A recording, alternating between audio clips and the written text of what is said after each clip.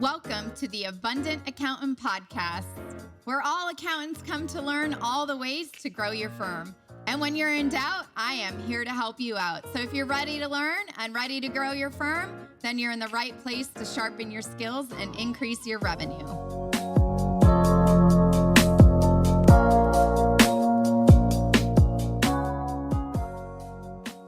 Welcome to the Abundant Accountant Podcast.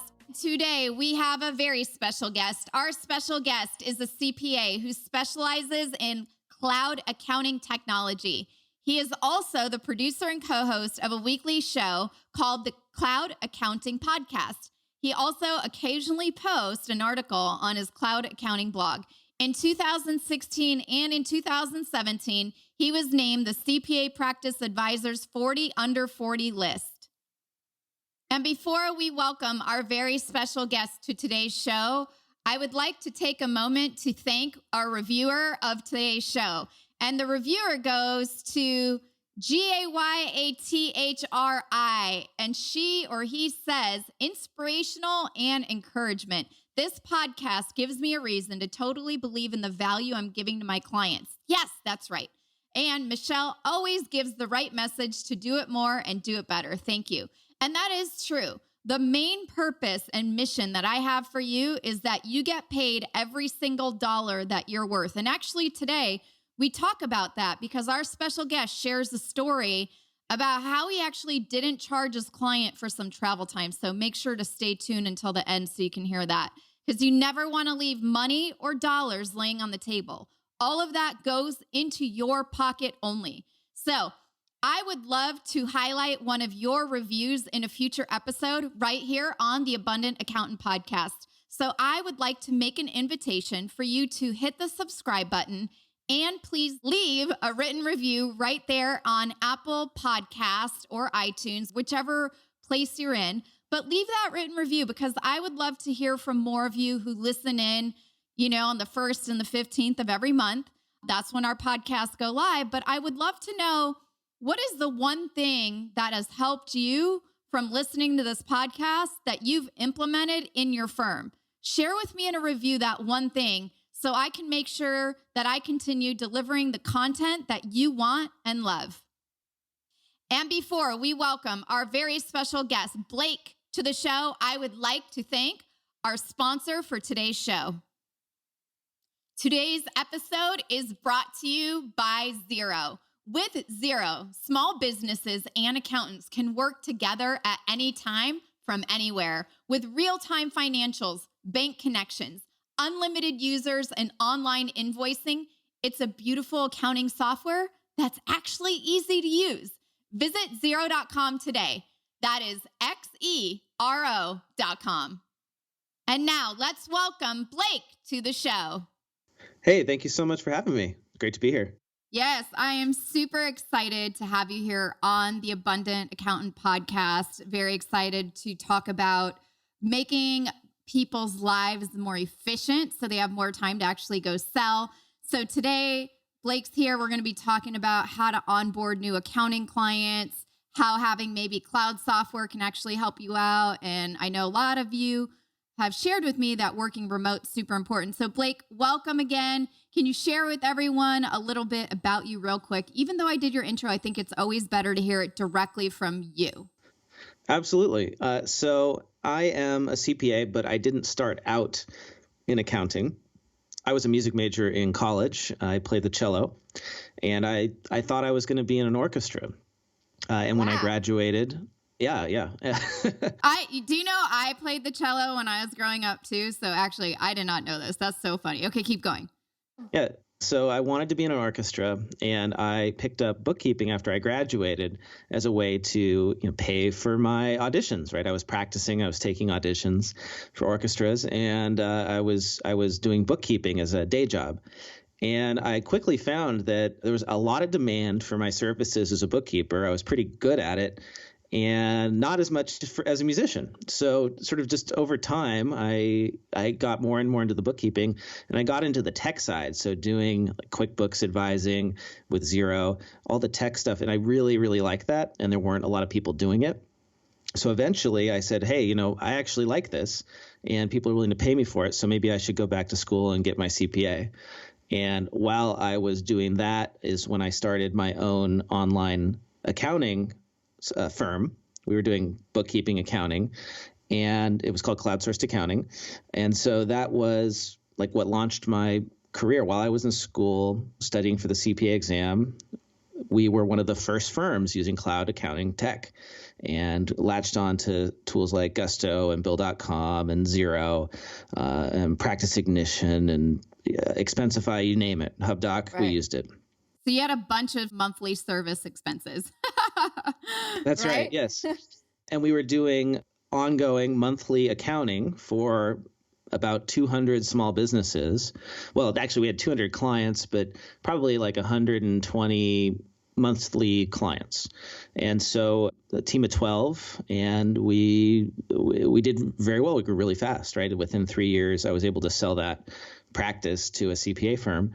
And then I went and took some time off and got my CPA. So that was like my life in the accounting world. Awesome. And then a few years ago, a software company approached me and said, hey, Blake, we think you might be good at this thing called product marketing, which I had never even heard of. And they said, basically, we pay you to create content for us, to do webinars and create CPE and write. And I said, oh, that sounds cool, because I was doing it for free on the side. Right. And so I went over to a company called Flowcast, and I was doing marketing for them. And just last month, I joined another company called Giraffe, like giraffe, but with a J-I-R-A-V spelling. And we help accountants become advisors, right? We give them the tools to do that. So awesome. I've been having a lot of fun. Yeah, having a lot of fun doing that. And I also have my own podcast, the Cloud Accounting Podcast. I know. Well, seems like you're really busy, but I want to go back in time with you because I know that onboarding new accounting clients is a hassle for a lot of solo accountingpreneurs. And one of the questions that I actually hear most often is like, how do you streamline that process? Obviously, I help with, the lead conversion and the sales conversion piece, but if you can't have a clean, streamlined process, then the sales piece, it's going to be a little hard to deliver on. And, this is a big time sucker for a lot of people that don't have a system in place. So I would love to talk about some, at least 3 really good strategies to make onboarding new clients go way more smoothly and quickly that you figured out because you were able to grow to 200 small business clients and then eventually sell your piece of business, which I know that's an exit strategy for a lot of listeners. So for you, Blake, share with us that headache client, that basically said, you know what, I need to have a bunch of different services that I'm paying monthly. So this process is really streamlined. Yeah. So I've onboarded a lot of clients, obviously, and I have some horror stories. Also success stories, but I kind of learned from the mistakes. Yeah, we always learn from the mistakes. Yeah. But let's hear about that one horror story, and we can walk through the process of, some of the learnings that you figured out. So maybe some solutions that you've actually learned from that experience. Because I'm sure that for that accountingpreneur, you're listening yeah, I've got that horror client that I can't deal with ever again like that. So the biggest problem I think I ever had was with one of my largest clients that I ever obtained as a freelance bookkeeper. And that was an investment advisory firm in Santa Monica. They were on Ocean Boulevard, something like it was slightly under $50 million in assets, or I should say, $50 billion in assets, something like that. And believe it or not, they were doing all of their accounting in QuickBooks. Which is possible for an investment advisory firm because they don't have a ton of transactions, just a lot of dollars, right. That they oversee. And the CFO there wanted to convert to online. And so I engaged with him directly to convert them from a desktop accounting system to an online accounting system. Pretty straightforward, right? Now, it would be challenging because they're a big relatively big customer. It was one of the biggest deals I've ever done. But I felt, based on the volume of transactions, what I'm doing, they may be bigger, but it's not any more complex than, say, an e-commerce client that I've migrated, right? Well, The big mistake I made from an onboarding perspective with him is that there was an in-house bookkeeper that was going to be involved in this whole process. And I never spoke to that person before I made this deal.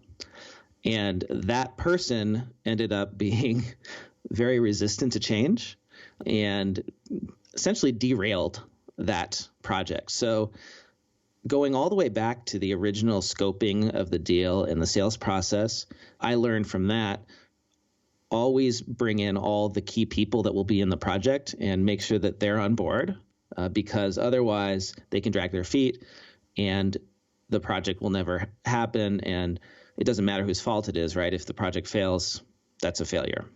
Well, same thing in sales too, because if you don't have all the decision makers present, it's very similar to this, because now you've got this resistant person who doesn't even want to implement it. So that does sound like the beginning of a massive horror story. Yeah. So, I learned something from that, which is always bring in all the key stakeholders as early as possible. Even if they're not involved in the buying decision, anybody that's going to be part of that project needs to be bought in to the whole thing for onboarding to be successful. So, it was nice in that I actually did get paid. Unfortunately, sometimes we don't get paid when things go wrong, but it was disappointing in that I never saw, like, what I created never got implemented. Right. So it was kind of just, okay, I got paid a lot of money to do this, but it kind of felt pointless. Right. I guess a lot of accounting can be that way though, so I didn't feel too bad about it. But I have a question. So in addition to bringing in all those key people on a project, because I think that's super important, what about having like an onboarding checklist or any other dedicated resources that you've used that you've learned, like, hey, these are the other things that if you want it to go smooth and not into utter chaos, like what are 2 or 3 other things that you would layer onto that? So having training available for that individual who became a block to the project would have been really helpful. I didn't have that in my firm at the time. It was just me. So I didn't have the capacity to do the extra work to then get that person trained up and bought in, right? It would have just blown the project out of the water. So that is something for firms that I always say, make sure that you have somebody on your team who, and it's ideal if it's their only job, is to just do client success. Like train them on any new systems that you're putting in so that they aren't confused, they aren't scared, they know how to use it. Because a lot of times we go in and we'll rip out systems and put in new ones, and we won't do training on the client side. And then they try to do something and they can't, and they're frustrated, and that can create a lot of problems. So related to that, right, having the training person is also have people on your team who are dedicated to onboarding. This is where I succeeded in my small firm. Was I hired a guy, Kirk, whose only job was to onboard clients after the sales process. He wasn't even involved in sales. He wasn't a sales guy, right? So his job was receive the sales orders and implement all the systems, get the client set up. Well, first get the client set up on our billing system, get them in our project management system, make sure that all of the tasks have been created for everybody, set up all the apps, do the basic. He wasn't an accountant, but he could do like the basic import of the initial transactions into the accounting system, like get all the files, right? All that stuff that has to happen. Yep. He would do that. And it was great because he didn't do ongoing accounting work. So he wasn't distracted by the monthly close cycle or payroll or bill pay, right? He could just focus on, like, for 3 days, all I'm going to do is bug this business owner to get what we need to do our jobs. Well, and it sets them up to win, right? Then you don't have a situation where, like you said, you had that person who is not only your blockage, but then the project didn't even get done. You got paid, but you weren't able to see it all the way through. And I think no one here wants to sell services and to help their clients and then not actually see it through. So I think, like you said, having the people dedicated to onboarding. So who in your firm is going to be Kirk, and right, training for those people too, and setting it up once, because if you have it set up once, then they can continuously use it over and over and over again in your firm when you bring on new clients. So I'm a big advocate for that. Totally. So that's awesome. And he got really fast because all he was doing was conversions, and mostly conversions from desktop to online. He got really fast at doing it, and it was amazing how efficient he could be. And so then he would package up everything nice in a bow and hand it off to the bookkeeper and the accountant who would do the ongoing services. And they were so happy to have everything they needed to get started.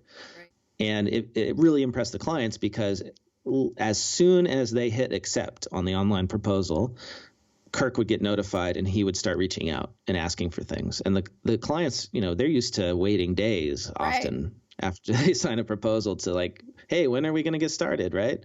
And we were just on it. And so we started that engagement with like a really good impression. And I would add to that, right, in terms of separation of duties, right? It's not just an internal controls thing, it's also a business thing.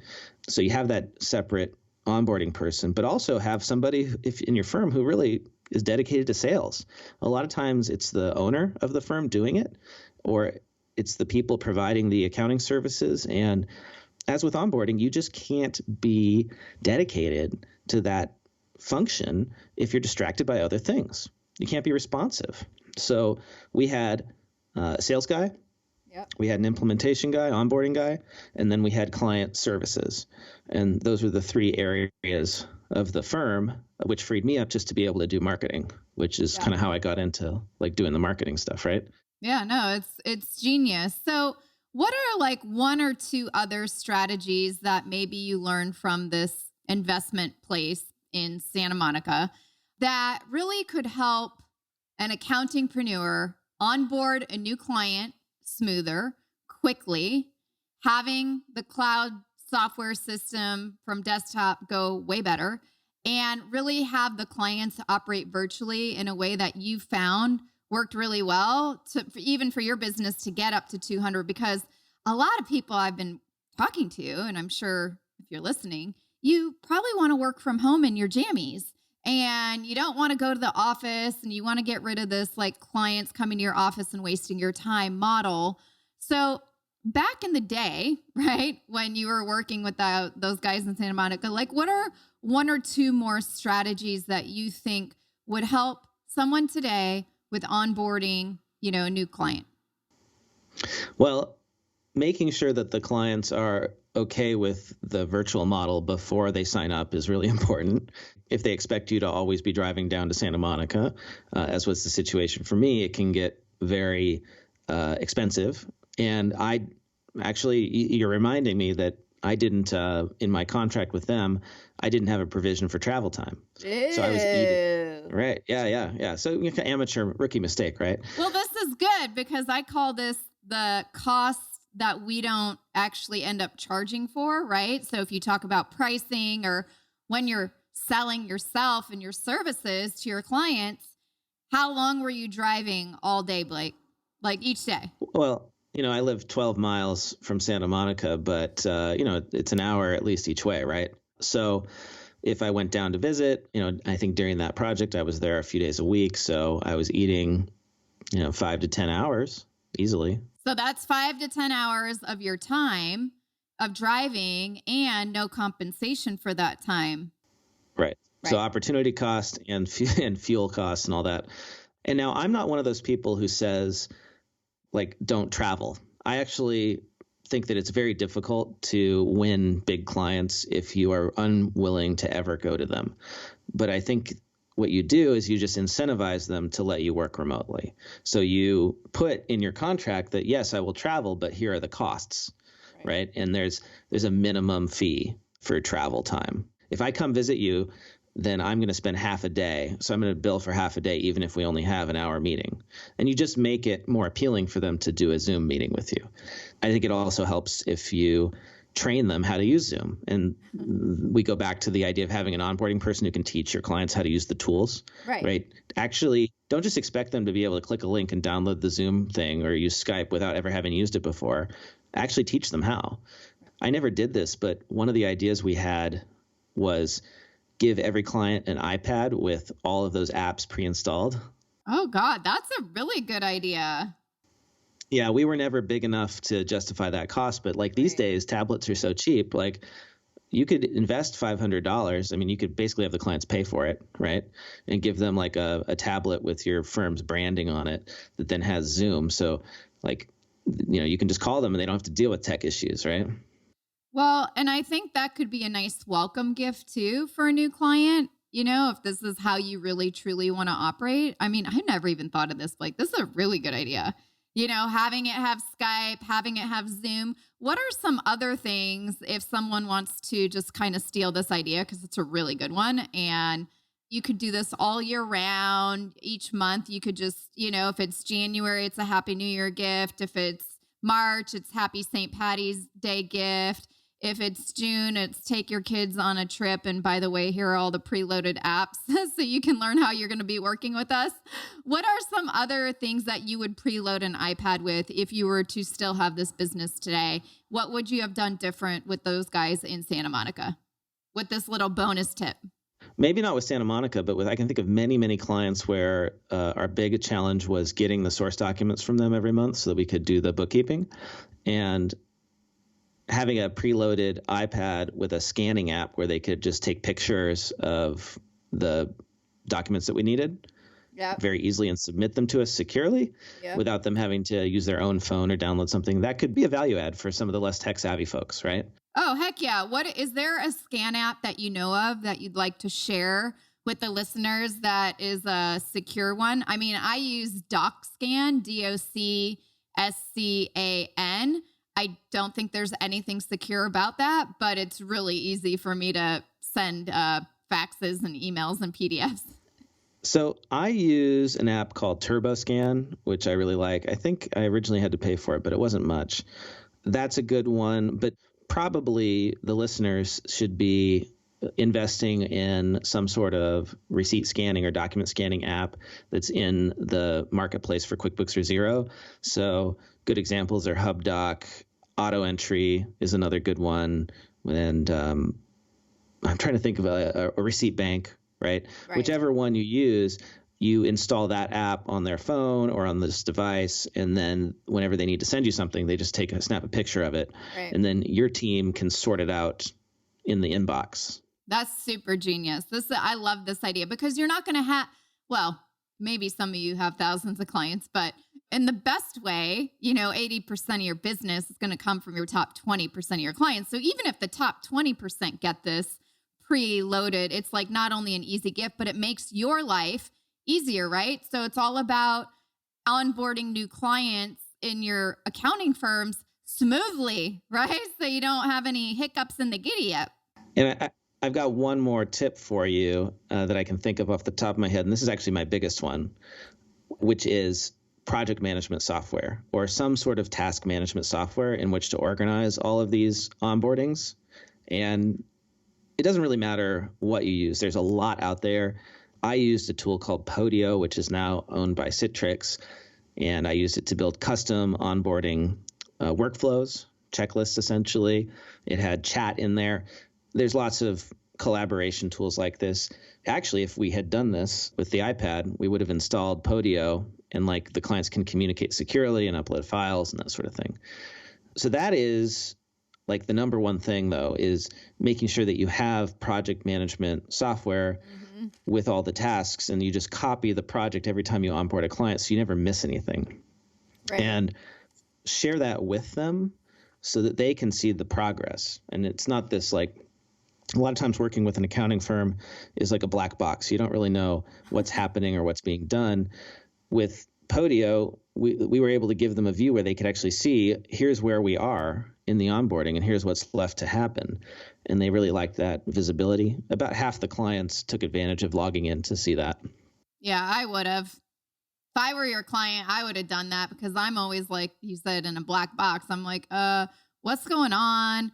How come I haven't heard from you, right? So this is to change that experience. So when people like me become your client, it's a lot easier.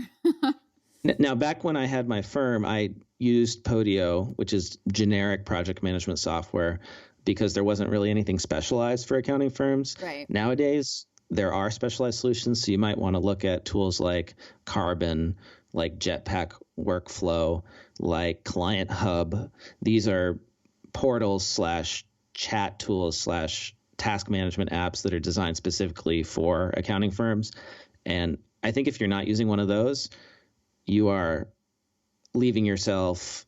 I mean, you're just basically doing onboarding by the seat of your pants if you're not using some sort of checklist, right? Yeah. And we don't ever want to do anything by the seat of our pants because that doesn't get us anywhere when we wing it, right?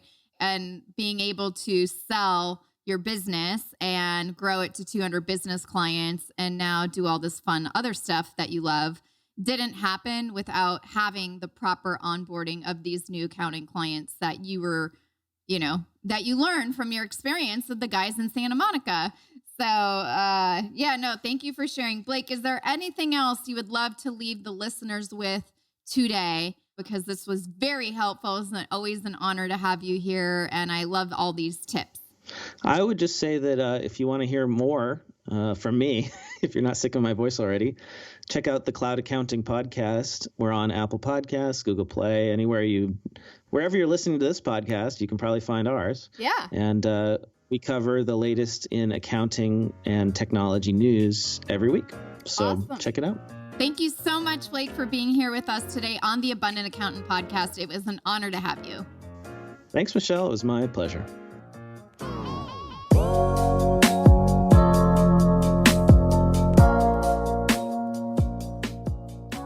What an amazing episode with Blake. So much to learn from his client that went south there on Santa Monica. So if you guys are in the LA area, you know exactly where I'm talking about. It is beautiful out there, but to drive 12 miles, it took him an hour to do that. And that's pretty crazy. So just to recap everything that you heard today, because I want to make sure that you onboard your clients the right way so you free up more time so you can go do the sales stuff, right? Because you need top line revenue. So number 1, always bring in the key people. Number 2, training for the individuals that are going to possibly be a challenge for you as you onboard a new client. So having training ready to go. Also, having someone on your team, someone dedicated just to onboarding. So remember, who is your Kirk? For him, it was Kirk. So who can you point to have Kirk? If you don't have a team because you're a little smaller and you're just starting out, you could hire a VA for 5 hours a week just to do this. And you can create your SOPs in order to do that. Also making sure, just sort of like you have someone dedicated to onboarding, having a separation of duties is really important. So again, if you're bringing on a ton of clients, maybe appointing someone on your team for the client relationship department. And that's the experience that they create. And when you have a better experience, guess what? You can charge more for it. So that means you could increase your prices. The other suggestion, strategy, and tip, make sure the clients are okay with a virtual model. So if you are considering or thinking about taking your brick and mortar office into a virtual model, make sure that before you onboard and switch over everything in your firm, make sure they're okay with it and that they know what the expectations are. And I absolutely love his little bonus idea that we snuck in before his biggest number 1 thing. And the bonus idea is to buy some iPads and preload them with apps like Zoom, apps like TurboScan, apps like Skype, apps like Receipt Bank, etc. So I love that idea. If you have the budget for it, it shouldn't cost you more than probably $500 a client. Oh, by the way, you could just charge more and then bake in their cost for you to make that purchase. But I think on Amazon these days, it's a lot cheaper for an iPad. And you can also buy some older iPads that are refurbished for this purpose too. And his last tip, which is definitely one of the biggest ones he said, is have some sort of task management software. So he used Podio. There's others out there. But again, I just want to take a moment and say thank you all so much for joining myself and Blake here on the Abundant Accountant Podcast. It's always an honor to be here. I love talking about this stuff, especially if it frees up your time to go make more money and increase your sales. So if you have a quick second, please do leave me a written review and a rating right here on Apple Podcast and subscribe to the show because I love to hear from you. Share with me the one thing that you've heard that I said that really made a big impact in your firm, and you could leave that on a review. And one last thing before I let you go, if you are a little frustrated and stressed trying to get like the right referrals and you don't really have any control over who you're working with or how much you charge, or you don't even believe that you could get a yes from a high-paying client, then make sure to check out my accountant's masterclass over at theabundantaccountant.com, and you will learn how to feel confident positioning yourself as the expert, get consistent, high-quality referrals from your existing clients and referral partners, and really get people to say yes to you so you can get paid what you're worth. Once again, visit theabundantaccountant.com. Have an amazing day, and I'll see you in the next episode. Today's episode was brought to you by Xero. Remember to visit Xero.com. That is Xero.com. Xero provides the tools and human touch to manage all the elements of your practice, including a dashboard with a clear and centralized financial overview, the ability to collaborate in real time with clients, smart, customized reports with links to source transaction, and free 24/7 support. Once again, Xero.com. That's Xero.com.